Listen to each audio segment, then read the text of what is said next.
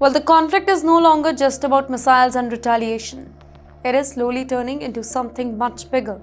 A geopolitical chess game where every powerful nation is choosing sides, sending clear signal and testing the limit.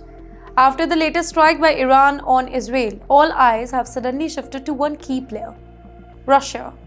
And what Moscow is saying is raising serious global questions. Welcome to TimesXP's War Report with me, Thriti Yatri. Well, the strikes themselves, they were already alarming. Reports indicate that areas near Dimona were impacted, a location widely known for its connection to Israel's nuclear program.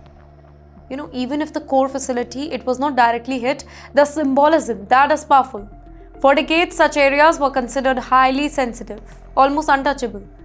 But now, even proximity of such a site, it is enough to trigger global concern.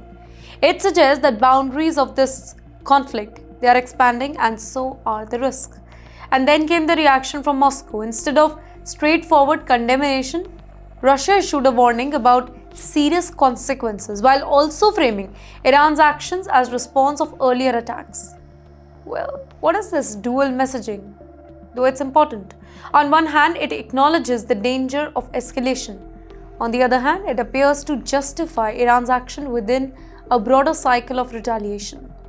Well, in global diplomacy, such language is rarely accidental. It often reflects something deeper.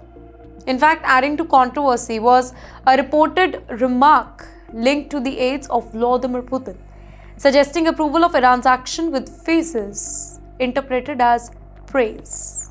While there is no officially confirmed detail, even the perception of such support, it has intensified the speculation, because in a conflict this sensitive, even indirect signal, it can carry significant weight. Well, this has led to a crucial question. Is Russia merely commenting on the situation, or is it quietly aligning with Iran? Now, over the past few years, ties between Moscow and Tehran, they have strengthened across multiple areas, including defense cooperation, energy deals, strategic coordination in the region like Syria. Well, both countries also share a broader interest in countering the Western influence here. Now, in that context, their position in this conflict, they are already pretty much analyzed, right? Some analysts believe that there could be indirect support taking place, not necessarily through any direct military involvement though, but possibly through intelligence sharing, through logistical coordination, and through diplomatic backing. While there is no confirmed evidence of any direct operational support in these specific strikes though, but the growing closeness between the two countries is enough to raise the concern among the Western observers.